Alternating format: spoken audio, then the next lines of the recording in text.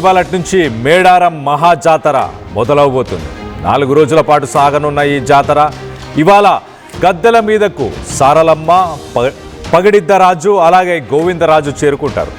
మేడారానికి 4 కిలోమీటర్ల దూరంలో ఉన్న కన్నెపల్లి అనే ఒక గుడి నుంచి సారలమ్మని తీసుకొస్తారు. ఒక వైభవంగా ఒక ప్రొసెషన్తో ఇటు సారలమ్మని తీసుకొస్తారు. దాని తర్వాత మహబూబాబాద్ జిల్లా గంగారం మండలం నుంచి పూనుగొండ్ల నుంచి పగిడిద్దరాజును తీసుకొస్తారు.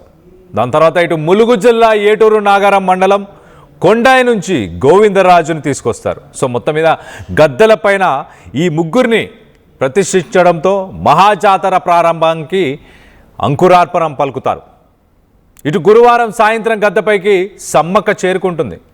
చిలుకల గుట్ట నుంచి కుంకుమ బరినే ఆ రూపంలో సమ్మక్కని తీసుకొస్తారు. తీసుకొచ్చి గద్దెలపైన సమ్మక్కని కూడా కూర్చోబెడతారు. ఇటు శుక్రవారం సమ్మక్క సారలమ్మ దర్శనం జరగబోతుంది. దాని తర్వాత శనివారం సాయంత్రం జనదేవతల వనప్రవేశంతో మహాజాతర సమాప్తం అవబోతుంది. మొత్తం